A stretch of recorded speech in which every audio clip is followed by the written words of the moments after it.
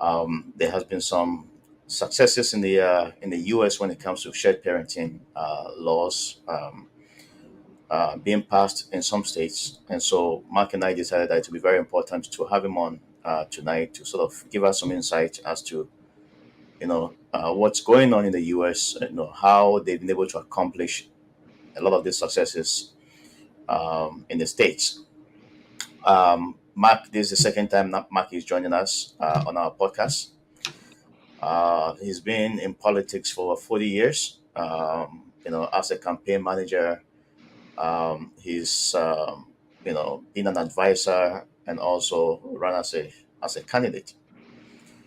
Um, Mark served in the Missouri Small Business Policy Council during Governor Blunt's administration, and also he's the founder of the Americans for Equal Shared Parenting, and so that tells us how because of his political experience and also his involvement in shared parenting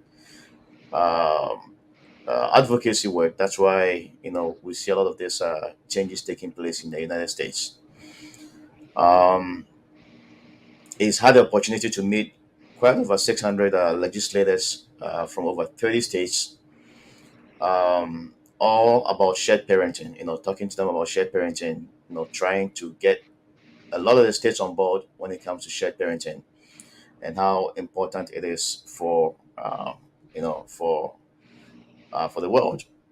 He's been involved in over 300 TV and radio interviews, and so tonight I'm very happy to have him on with us tonight to talk about what is going on in the U.S. and what we need to do in places like Australia, Canada, the United Kingdom. I believe we'll have a lot of work to do, and I know Mark has been putting in a lot of time, a lot of work to see this happen, and so I believe that Mark is going to share some insight with us as to how we can go about, you know, uh, getting some of these accomplishments in our respective countries. So, Mark, thanks so much for taking the time to join us tonight. I truly appreciate your time as always, and I'm always, like I said, willing to tap into your wisdom, to see what we need to do differently in Canada, Australia, the UK, and some other places that are fighting to, get shared parenting laws at least recognized and passed as well. Well, thanks so So, much. Yeah, thanks so much for having me on. I appreciate it very much. I love getting more exposure to get our issue out there. So I appreciate what you do, mhm, helping to raise awareness. mhm. So, Mark, tell us what's the latest news in Florida? I know Florida is a big one, and I'm quite excited to hear about it, and also Missouri. Yeah, it's been a great year for legislation. We've been Kentucky broke we call it the 4 minute mile barrier. They were the first ones to get legislation passed in 2018. And since then, there's been a ripple effect. We passed Arkansas a couple of years ago, West Virginia last year, and now this year, two states that a lot of people have had their eye on for about the last 8 years. Both of us got passed and signed into law within about 10 days of each other.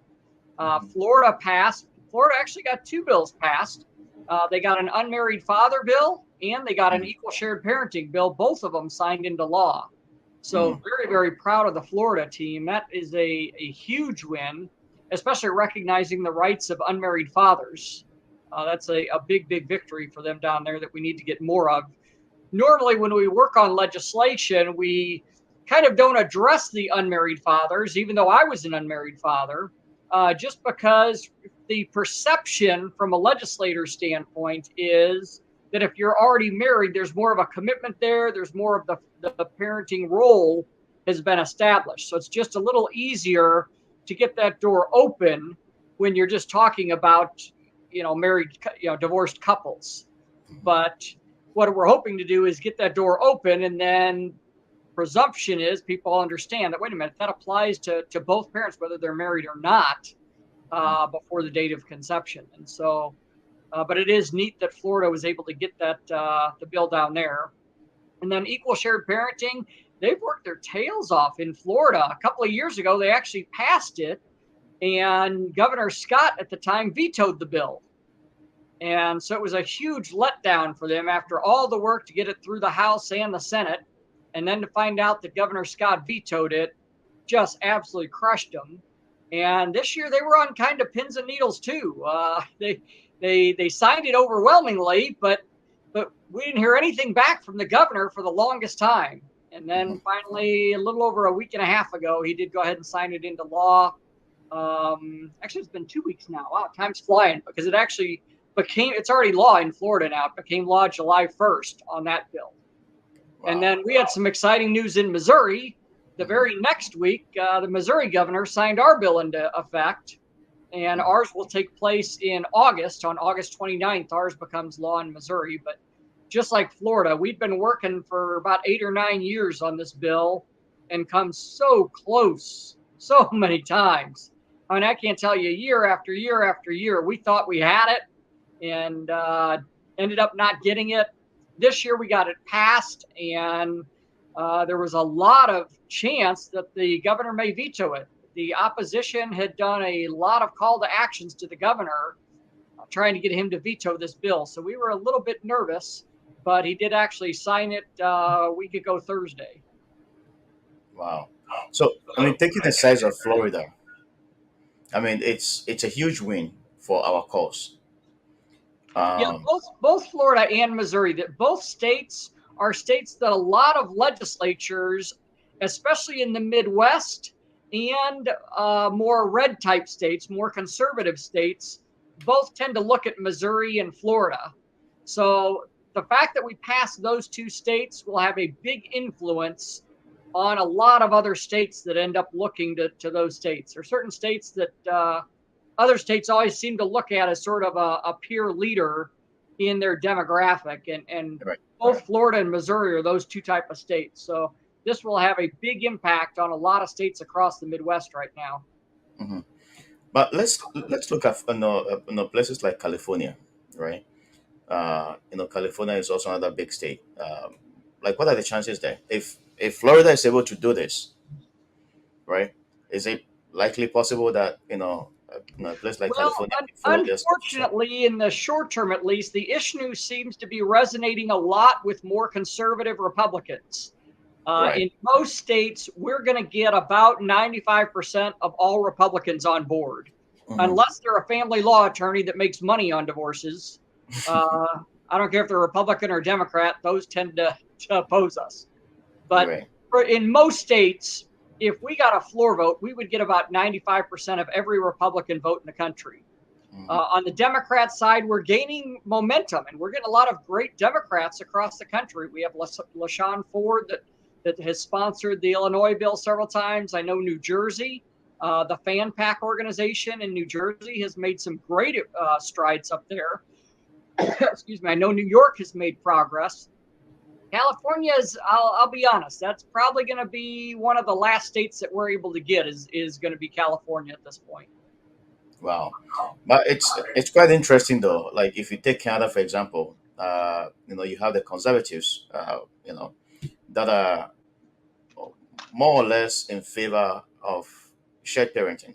I know for a fact that the Canadian Conservative Party do have shared parenting on their manifesto, on their platform, but somehow it's been difficult for them to pass that into law.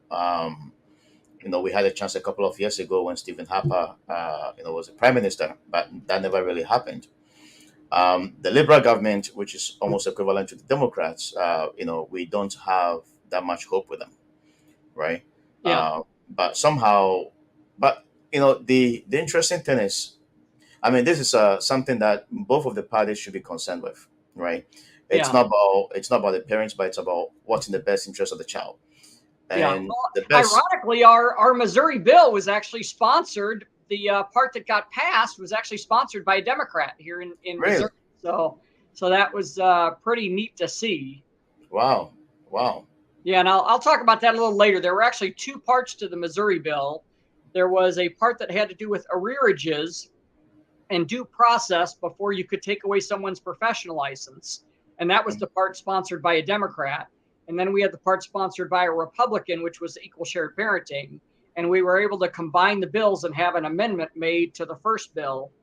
And so we basically got a 2-for-1 in Missouri. Two bills or two concepts that we wanted passed both got passed on the same bill. Wow. Wow. That's amazing. That's amazing. So, looking at what's going on right now with Florida, Missouri, and like Arkansas, for example, is also on board. They've been on board for a while, but does this solve the problem that we have? Like, I know they all have different, when you look at the Arkansas, I've looked at the Arkansas bill, the Florida one as well. I've looked at it, um, and they are different somehow. They are not almost the same thing. Yeah, But do they really semi-similar. The solve the Arkansas problem? bill is pretty much the gold standard in the country at this point. Right. But even with a clear and convincing rebuttable presumption of equal shared parenting, that doesn't solve the problem. We've still got a bunch of other issues that we need to address. We need to address parental alienation. We need to Yes. address, Texas passed the time taken, time back bill this year, which Mhm. was very good for enforcing custody orders, because you may Right. get an order, but that doesn't mean it's going to be enforced. So Right. Texas got a great bill passed this year for that. We also are going to need to do guardian ad litem reform. We also need in just about every state, we need to get cameras in the courtrooms Mhm. so that there's oversight so people can see what's really going on in some Mhm. of these courtrooms. Mhm. Mhm. We need a vital statistics bill. So there's a lot of other bills we're going to need. And then in the US, the big problem is Title 4D and the funding mechanisms at the federal level, that states are just getting too much money to create split orders. Mm. And so that's the biggie that we're starting to tackle at the federal level. I'll be going up to DC in September to start working on some changes that we've started implementing or starting addressing at the federal level. Right. Right. So, I mean, with all the changes that's happening, which other states are you keeping your eyes on? It's 5 states right now, I believe, that have a great chance. Ohio has done a phenomenal job. There's a couple there with NPO, Mike and Elizabeth McNeese, that have 60 co-sponsors in the House. And ironically, I'm not exaggerating, they only have about 2 people that oppose that bill. Hmm. But unfortunately, they're the 2 most influential people in the entire legislature in Ohio. Wow. But Mike and Elizabeth have done a dynamite job. So they've done a great job there. South Carolina is another one to keep your eye on. John Gallman in South Carolina has done a phenomenal job. He's got close to 60 sponsors in South Carolina as well. And then a couple other states. Texas is always one to watch, although in the US, some states are on what's known as a 1-year cycle, some states are known as a 2-year cycle. Hmm. And the states that are on a 2-year cycle, in 1-year cycle states like Missouri, we can introduce the same bill every year. And every January 1st session starts over. In a Okay. 2-year cycle state, for those states, you can only introduce bills that don't have to do with the budget on either even or odd years. And the other years, all you can address is budget issues. So Texas is one of those every other year states. So for Texas, you have to wait 2 years now before we can file more bills down there. Hmm. But I do think Oklahoma is definitely one to keep your eye on, and Idaho is another good one that has a good chance. Wow. Wow. So, I mean, educate some of us, Mark. What's the difference between the state legislation and the federal? I Well, mean, the U.S. is quite operates quite differently from from Canada. What's yeah, the federal has nothing, according to the U.S. Constitution. All rights are reserved to the states, except what's explicitly put in the U.S. Constitution. So, Mhm. in the U.S. Constitution, the only thing that the Congress can do is allocate funds. Well, that's how they get around that state issue. And many times they'll create a federal program and tie funds and tell states then that, hey, if you want to get these federal funds, you need to pass legislation to qualify for these state funds. And so states, it's a money grab on not just our issue, but hundreds of issues in the US are decided based on how Congress allocates money. So in the US, we have what's known as Title 4D, which is a funding mechanism. It was created because years ago in the 60s and 70s, in most households, one parent worked, usually the father, and one was the homemaker that stayed home and watched the kids and did the laundry and everything. It was in the age of a one-income household. Mm-hmm. And so back in those days, if a couple got a divorce, in many cases, the husband needed to pay child support to try to help take care of the kids until the mother could, get a job and get back on her feet again and everything. Right. And if he wasn't paying child support, then she ended up going on welfare, and the state was paying out welfare benefits. So the federal government created Title 4D to say, wait a minute, we're paying all this money out. We need to get that money back. If the reason we're paying this out is because if a father was a sole provider for kids financially and he's not paying child support, we're going to go after the dad for this. So the state started basically paying states money, and they created this very interesting bonus mechanism to tell states that, hey, the more child support you collect, the more of this bonus money that you're going to get. And so states started figuring out creative ways to qualify for those federal bonuses. And the easiest way is to create a split decision. If you give a 50-50 and both parents make about the same amount of income, there's really not a need for child support. Right. You can rip a child out of one of the homes and have them live 80% of the time in one house and 20% in the other house. Now you have a justification to try and create a need for child support. And that's what's happened all across the states. And most legislators won't tell you it. A lot of them aren't even aware of it. Most attorneys are fully aware of it. Every judge is fully aware of it, that this money is being created for the most part by these split decisions. And that's the big challenge we're fighting. So, and it doesn't matter how many state laws we pass, we're going to be like a rabbit on a treadmill, a gerbil on a treadmill, until we can stop the spigot with this Title 4D money. Because even if we get Title 50-50, states are going to do everything they can to find creative ways around it to get this money. Right. So we've got two issues. But the shared parenting part is 100% state issue. There will never be a federal law in the U.S. that says you have to give equal shared parenting. That will never happen. That's not part of the U.S. Constitution. The federal government can't do that. Now, what they can do is they can put something in the Title 40 mechanism that says in order to qualify for this federal funding, your state has to have a bill that addresses equal shared parenting. So that's one thing they can do. It's just, unfortunately, they're going to have to find new ways to get money then. So like I said, we've got two issues that we're addressing. So we're trying to attack both fronts. The challenge is the federal government in the U.S. I've been around politics for 40 years, and I've worked in a lot of state legislatures and dealt with a lot of legislatures. Anybody who's ever worked at the state level gets very frustrated. Missouri, it took 8 to 9 years to get this Missouri bill passed. And we have a lot of people on our team that were just frustrated out the gazoo of, oh my gosh, I can't believe this is taking this long. Mm-hmm. You take the problems we had in Missouri, multiply it by 10,000. Mm-hmm. That's what it's like trying to get something passed at the federal level in Washington, D.C. Mm-hmm. It really is a swamp there. You've got 535 members of Congress. You've got to deal with all their staff members. You've got to deal with all kinds of bureaucracies of, departments. It is really tough to get stuff changed at the federal level. Yeah. So in the short term, it's just a lot easier to make small little nicks in Missouri, Arkansas, West Virginia, Florida, Ohio, South Carolina, and start building a demand from the bottom up instead of going from the top down. Right.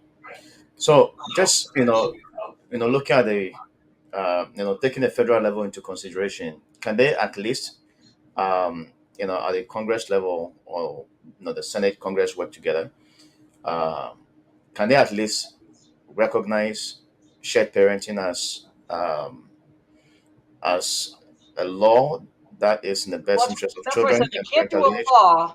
The only thing they could do is they could put a requirement in the Title 40 funding mechanism, right, in order to qualify. That's why if you'll notice, like with a bunch of our current president, Joe Biden, is really big on electronic vehicles and everything like that. Right. We can't really pass a bill saying that you have to have electric vehicles. So what he does is he puts requirements on federal funding mechanisms that says if your state wants highway funding, your state better pass a law requiring electric vehicles in your state, or converting to, electric vehicles. So that's the way they get around it, is they pass requirements within some of their federal funding that they send out to all the states. Mhm. And what are the chances of them, somehow tying this to Title 40, 14D? Like I said, that's what Uh, we're working on. It's going to take a while. This won't be a 1 or 2 year project. This is going to be years in the making. So we do have some progress. A good friend of mine, Congressman Andy Biggs of Arizona, who's the mhm, chair of the Freedom Caucus, filed the first bill back in March. And it was a small bill, but it was basically trying to take away part of the funding of Title 4D. So we've got some things we're going to be working on. I'll be working with Brian Ulrich of NPO and a few other people that we're going to be going up to DC in September to try and make some changes. Hopefully we can get Molly Olson. She's another one that's a really good expert on Title 4D. But the biggest key too is it's going to take a team effort. That won't be an Americans for Equal Shared Parenting project or a National Parents Organization. It's going to take all the groups working together for this. We right, have time for right. inputting here. We've all got to put our big boy pants on and say, hey, let's all work together. What do we need Yeah. to do? Each of us will have a different role, and there's Mhm. no real territory. We all need to be making calls and everything like that. But I'm just very encouraged that all of us are committed and into working together to get these changes made. Right, right. I have a question coming from, I believe, YouTube. Um, I'm going to put a question up on the screen for you, um, and it should be showing up Oh, I see. at the bottom. Yeah. Um, and I think it's a direct I question. consider it fraud. Yeah, where you're manufacturing the states manufacture bad custody decisions in order to get federal funding. Right. It's highly, highly unethical, I'll tell you that. But sadly, it happens every day, not just with this, but with all kinds of states issues.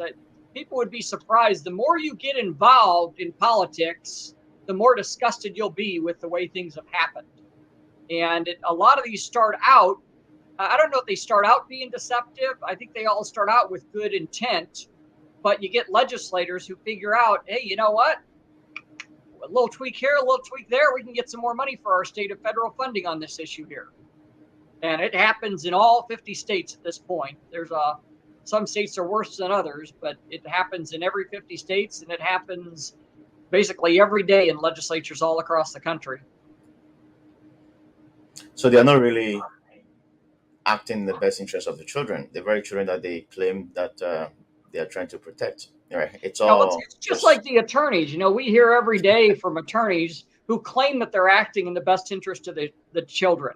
Mhm. Well, we all know that's not true. An attorney is hired to represent their client. The Right. client isn't the child. The client is either the mom or the dad. Hmm. So their job is to get the best deal they can get. No different than, if you're a defense attorney and you're working for somebody who committed murder, ethically you would think, well, I don't want to defend this person. I know that they're guilty. But yet an attorney is hired to work for let's assume an attorney knows for sure this person really was the guy who committed murder. Doesn't matter. They were hired to protect the murderer. Well, that's basically what happens in family courts all across the country. The attorneys aren't hired for the kids. The attorneys are hired for either the mom or the dad, and they're going Hmm. to do whatever they can to get the best deal for them. And the kids are the casualty in the middle. And attorneys know that. Attorneys know that you'll give up on your house, you'll give up on your car, but a lot of dads like me will fight till the death until they, get some more time with their kids. Right. And unfortunately, attorneys take advantage of that and run people like myself. I ended up in bankruptcy. Spent literally every penny I had trying to get custody of my son. And attorneys know that. And so attorneys, when they say best interest of the child, that's just a term that's thrown out there. I challenge any attorney when they try using that with me. I'm like, okay, define that. What is your definition of best interest of the child? The best interest of any child, in my mind, is to have equal access to both of their fit, willing, and able parents. That Correct. should be the presumption right there.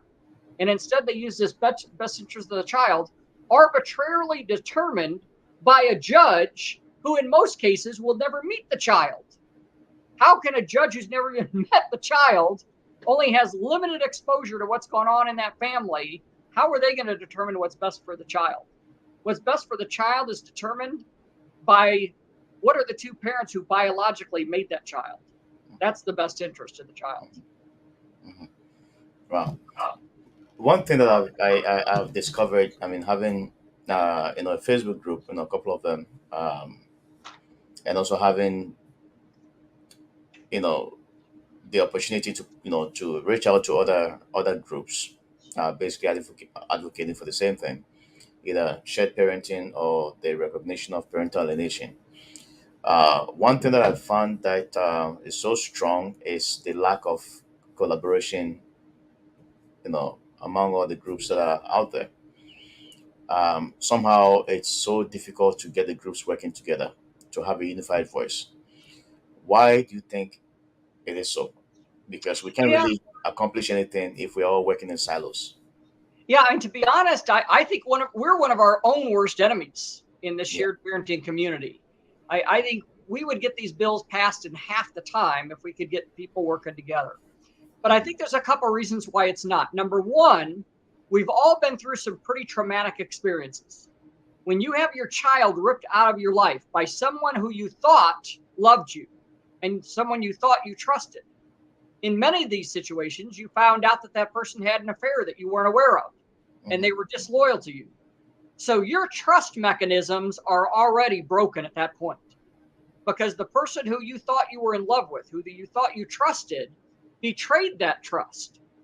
And then after betraying that trust, they took your child from you. It's very hard to trust someone from that point again. Yeah. So the hardest thing that we all have to realize is we need to put ourselves in the other person's shoes within this community and say, hey, you know what? They've had some trauma. So we do need to be a little delicate. Now, you can't go through life, worrying about everybody else and kowtowing to their situation, but you have to have at least some empathy and understanding for where they're coming from. Mhm. So what happens then is most of these people, 99.99999%, have never been involved in the legislative process. Yeah. They don't know what to do. They don't know how to do it. Mhm. And so they jump in with great intent. And sometimes you get some people who nobody trains them. They just go out and knock on doors themselves. Mhm. They may accidentally have a little bit of success meeting with a legislator here or getting a legislative hearing, not realizing that it may not have totally been it. Partially it was them because at least they did some door knocking, but maybe they just stumbled into somebody that was a good legislator that got that hearing scheduled. And all of a sudden now they want to be the expert and they want to kind of pound their chest and they almost forget for a minute that, hey, the goal here was to change the laws for the kids. And they forget while they're doing it. And I know myself, years ago, before my custody situation, I Mhm. served on the board of directors of an organization called Angels Arms. Mhm. It's a foster care Mhm. system here in St. Louis that works on keeping kids together if there are multiple siblings in the foster care system. Right. In St. Louis, especially, if you have three kids in one family and mom and dad are killed or mom and dad, have a drug overdose, those kids are split up the night that they're taken from the home. And they already have trauma. They lost mom and dad, and now they just lost their siblings. So we raised private funds to keep those kids together in the foster care system. And we've done very well in St. Louis. It's into the millions and millions and millions of dollars that we've raised now and affected hundreds of kids in the St. Louis area. Mhm. But serving on that board of directors as a board, we always made it a point to go work with the kids. We would spend days where we would take the kids to Six Flags or take the kids to the zoo Mhm. or go to the birthday parties of some of these kids because it was important that when you're in a boardroom, sometimes you forget why you're doing this. And it becomes a dollars and cents and a budget and rules and regulations. And you need to get away from that and say, wait a minute, this is the reason we're doing it. We're doing it for the kids. We're doing it for these birthday parties. We're doing it so kids can go to the zoo together with their family. And unfortunately, I think in the equal shared parenting community, we get a lot of people who have lost access to their kids. So they don't see their kids on a weekend as a reminder that that's why they're doing it. They get active legislatively and they're excited because they're making progress and they get so focused on the goal of passing legislation But because they can't see their own kids on a weekend, they've forgotten why they were doing this in the first place. Right. And they've become so focused on the credit and the recognition and the trophy and my way or the highway. And we all need to realize every one of us has a strength and every one of us has a weakness. True. And we need to recognize the fact that, first off, if you don't think you have a weakness, you shouldn't be helping yet. You need to read some books on self-improvement and go see a pastor or go see a counselor if you think you have no weaknesses. Every one of us has weaknesses. People look at me a lot and think, boy, Mark, sure, he's got a 40-year background. He know what was he? No, I know my role. My strength is opening doors, networking, building relationships with legislators. But there's areas like if it's an issue dealing with parental alienation, I'm smart enough to realize that I don't know all the answers. But I know somebody I can bring with me to the next meeting, and they can talk parental alienation because I opened the door, and that was their weakness. Their weakness was they didn't know how to open the door. Unfortunately, we do get some people, they want to be the door opener, and they want to be the one opening the meetings and closing the meetings and writing the legislation and doing the media interviews. They want to do everything. We can't do that. In the shared parenting community, we've got some great resources. We've got NPO, which I think does the best research of any of the organizations that are out there. We've got the Fathers' Rights Movement that has the largest reach. They just topped 700,000 followers last week on the Fathers' Rights Movement page. So they've got a huge reach. We've got a lot of people in the community that do some great work on parental alienation. We've got Parental Alienation Speaks based here in Missouri. We've got Wendy Perry down in Texas. We've got people expert at reuniting people like Dr. Tori with the Fatherless Generation Foundation. So there's so many great resources that we all need to realize, hey, what is my weakness? And I think that's the first step everybody has to do is take a step back, and before you pound your chest and get ready to put the trophy on the wall, be honest with yourself. What is your weakness? And where can you meet someone that can fill that role and allow them to keep doing that role and working with them instead of trying to be everything? But I think we are getting a lot of that. I'm a part of a lot of conference calls. I was a part of a great one today, an hour-and-a-half long one that we had with a bunch of leaders around the country. Yesterday, Ed Bartlett has a call with the Domestic Violence International Organization, and it's about 80 people a part of that, leaders of different organizations around the country. It's just really neat. I see more people now that are at least having dialogue because, if there's no communication, you always wonder what the other person's up to. And I always tell people, think the best of people. I have some people that I get text and emails from, and there's a couple people that every time I get a text or an email, before I even open it up, I can promise you it deals with anxiety, stress, tension, pressure, drama, conflict, because they're always worried about what somebody else is doing and they're getting more credit than I am. And this is going on and this is going on. And that's just a very unhealthy way to collaborate with other people. None of us are going to be perfect. We're all going to make mistakes. But what we need to be doing is going into every relationship, focusing on what do they do well. And before you try attacking somebody, change your mindset to say, look, what can I do today to appreciate what somebody else has done? Like I said, I have one person, I'm not exaggerating. Every time somebody has ever been in the news, whether it's been a TV interview, a radio interview, a press article, a podcast, every time I get a text about how they blew it, they ruined it, they did this, they did that. And the first thought through my mind was, thank God they got exposure. We're wanting to get this issue out there. They were just on TV. They were just in the newspaper. They were on the radio. We should be shouting from the mountaintops, thank you for getting on the air, instead of criticizing and attacking that person and trying to create conflict because it wasn't us that was doing the interview. In Missouri, we've got Linda Roitza with NPO. And she's very, very good, much better at me at writing articles. I can't write. You would not want me writing articles.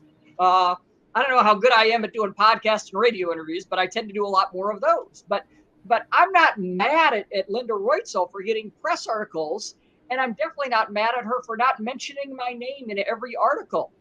You only have a certain word count with an article. I want that word count focused on kids and getting laws changed. I don't want to waste 2 words with the name Mark Ludwig in that article. So not only am I not offended if Linda doesn't mention me in an article, I'm darn glad she got that article. And the same way, when I give a news interview for a radio station, the average person doesn't know all of our names. So if we go through a list because we want to make sure everybody gets credit, we're wasting time with the average listener who doesn't know those names. Most radio interviews, you're going to get a couple of minutes and that's it. So in those couple of minutes, you better spend that whole time focusing on the issue and work together to say, hey, you know what? There's this newspaper that wants an article. And, I got a call today from somebody asking for an article. I'm not a writer. I'm going to call Linda Reutzel today and say, hey, will you write an article? Why? Because she's better at that. So we all sort of work together. And like I said, I do see a lot of that going on. There's only a handful of people. I think the key is for us to not be drawn in. The people who are the conflict people, there's only about 1 or 2% in the whole community. Right. But they're very good at drawing people in, almost like a narcissist. They have to have their flying monkeys. So they try and triangulate to get people fighting amongst themselves. Mm-hmm. We need to not take the bait. Mm-hmm. If somebody calls me and they've got something bad to say about Linda Reutzel, Linda and I haven't always agreed on everything. We've been through our spats. She'll tell you. There's been a lot of times she hasn't been happy with me. But you know what? Too bad. We're colleagues in the same community, and we need to have a professionalism that says, you know what? You don't talk about one of my colleagues in my community. And like I said, I see a lot of that going on. We just need to make sure that we don't get sucked in by the people who love the conflict, the drama, and are just eaten up with the credit and recognition. Mark, I appreciate everything you've shared. I think it's very important that we all come to that acknowledgement that we are just human beings and we are not equipped to know everything. What you may know, I may not necessarily know the same thing. You may have a skill set that I may not have, but through collaboration, we can complement each other and be able to make some wins. There was a time when I tried to reach out to a lot of the groups, right? Basically trying to bring everybody on board for us to sort of have a way to collaborate and share ideas, because this is not a fight that one person can win. It's not about a name, but it's about the children. For me, I'm more worried about our children. I'm worried about their future. I'm worried about a generation that is going to be broken and traumatized. And that is my fear. I'm more concerned about the future of our children. Where would they be today? Tomorrow, if we cannot work together and stand up to speak for them. They don't have a voice now, but we are their mouthpiece. We can speak for them. The one thing I would encourage people to do, if they're new is to try serving another organization first. A lot of people aren't aware. I just started Americans for Equal Shared Parenting 6 years ago. Mm-hmm. For the first 2 years, I was part of other organizations. I spent 1 year basically just researching all the other groups that were out there. Because I always tell people, how can you expect people to follow you if you weren't willing to be a follower somewhere else? Mm-hmm. So for new people coming in, I always encourage them, hey, but before somebody creates another organization, find out, was there a niche? The only reason I created Americans for Equal Shared Parenting is at that time, there was no one out there that had been active with legislators, that had a background that could tell people. So my whole goal was to educate people, because I don't want to be the guy. I would much rather be one that educates people so they can be the guy or gal getting the changes made. But the only reason I formed Americans for Equal Shared Parenting is I saw NPO and they were doing great jobs with research, and I couldn't match them. So I would have never started another research group. We already have the best of the best. I saw the Fathers' Rights movement that had a huge reach that I could never compete with, but they also did a lot of other things that I thought, you know what, they have like a crisis hotline. They have the parental alienation and a bunch of other areas. And I thought, you know what? There's nobody that their only role is educating people how to get legislation passed. So I thought, why don't I found Americans for Equal Shared Parenting and not be a competitor, but be a collaborator working with all these different groups. But I would have never created that. If there would have been a group out there doing it, I would have never done it. So I always encourage, if somebody's watching this and you're brand new, this is the first video you've ever seen, you just got in a custody battle last week and you're wondering what to do. I encourage you, don't start an organization named after your child next week and try and get the Joe Smith bill passed. Instead, learn. Just like anything else in life, before you can be a professor, you need to be a student. Yeah. So I encourage people. I had great mentors throughout my life that always led me that way. And they said, Mark, before you do anything in life, be a student. Find people who are great at what you want to do and call them up and say, hey, you know what? Will you mentor me? Will you spend a year sort of giving me a little tips and advice? And there's a lot of us out there that would love to do that if somebody would be willing to be coachable. And if they're in the legislative arena, I would love to coach them. If they're more into research, I would be very upfront and say, you know what? You're a better match for NPO. Let me call Don Hubin, the executive director of NPO, and let me get you in contact with Don because I think you're better suited for him. You know, if somebody's a psychologist and deals with parental alienation, yeah, tell you what, I need to get you in contact with Cheryl Mefford in Branson or with Wendy Perry in Texas because they have groups that's all they do is parental alienation. Right. So I think that's what I encourage everybody to do is spend your first year being a student, learning what you can. And because that's the biggest challenge I saw early on is I saw people doing things wrong. And I mean, just so wrong. This is a true story. The #1 training organization in the world for legislative aspects is called Leadership Institute, based in Virginia. And I'm a graduate of Leadership Institute and have taken tons and tons of their classes. But they've trained over 245,000 people, and their sole focus is legislation. Now, not shared parenting, but I mean all aspects. And they've been around for 50-something years.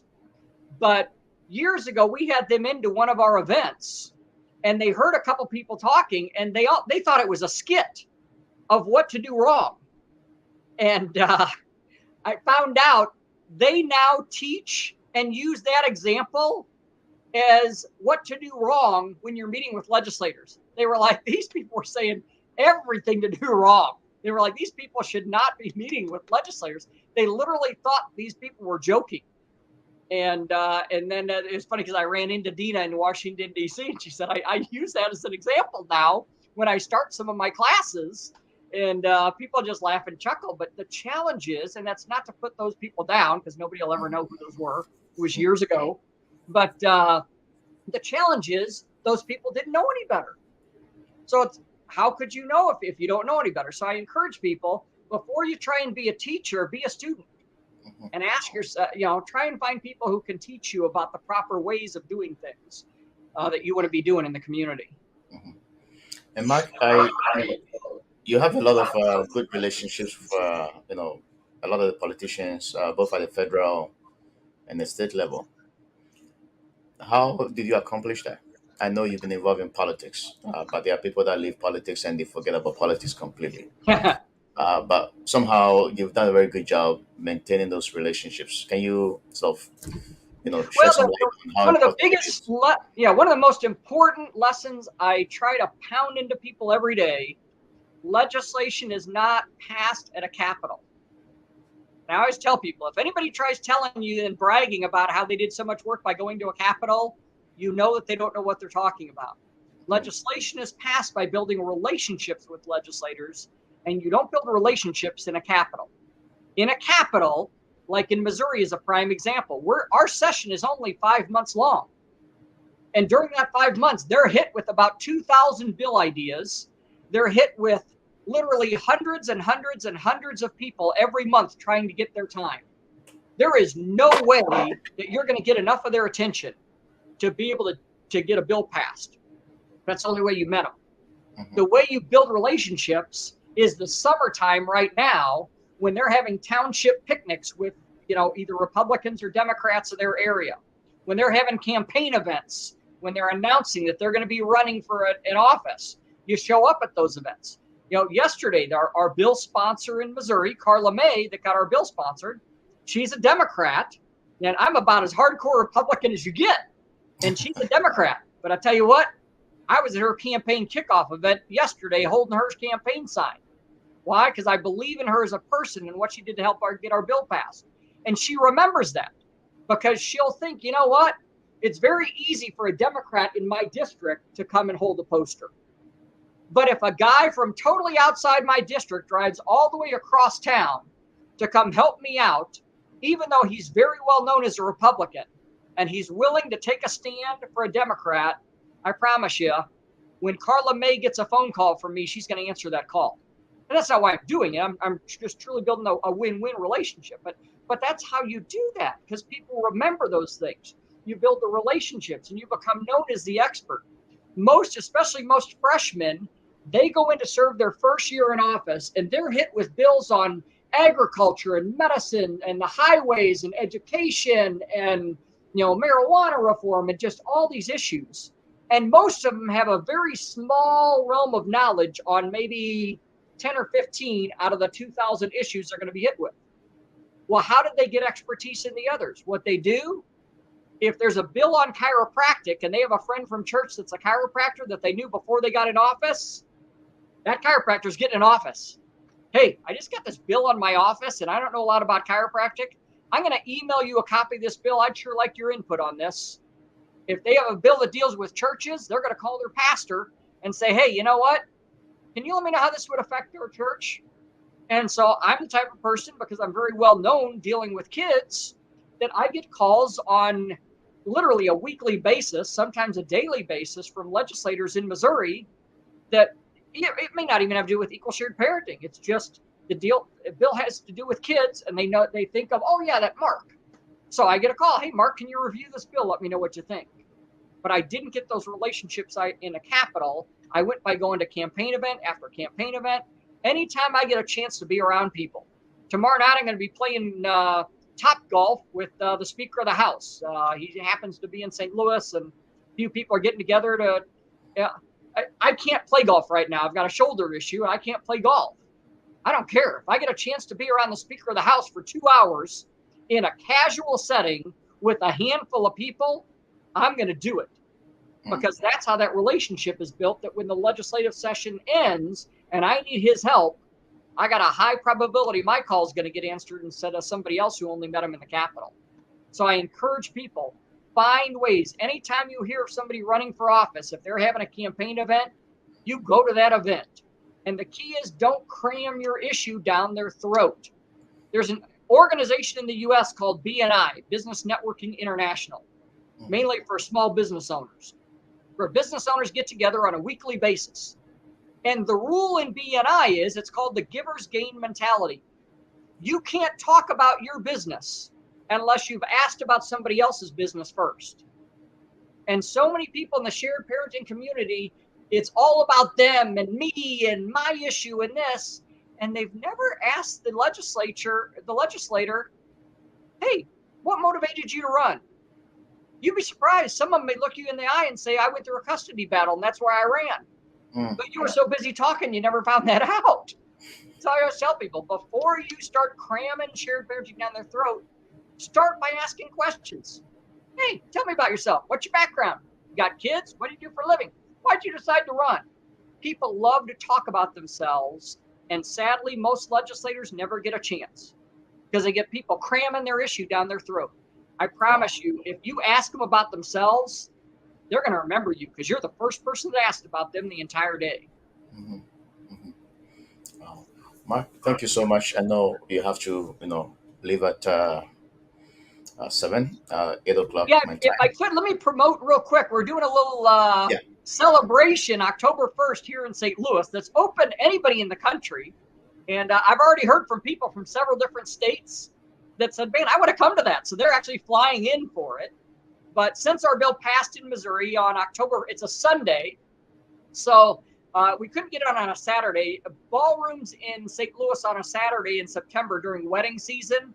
I'm not exaggerating. The cheapest you're going to find is $5,000 to get a room on a Saturday that'll hold 100 people or more.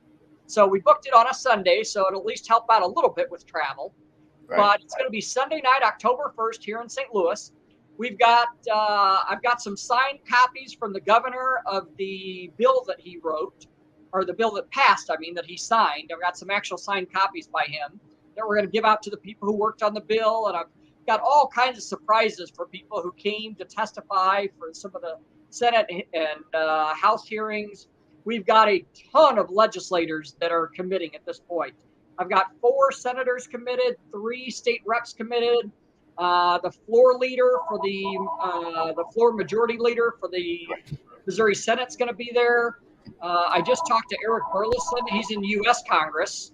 I talked to him today. He's going to try and do a little video greeting for us. But it's going to be a day a lot of people are going to remember, and no matter what state they're in. And I think it'll help give some ammunition and credibility to help create influence in other states around the country.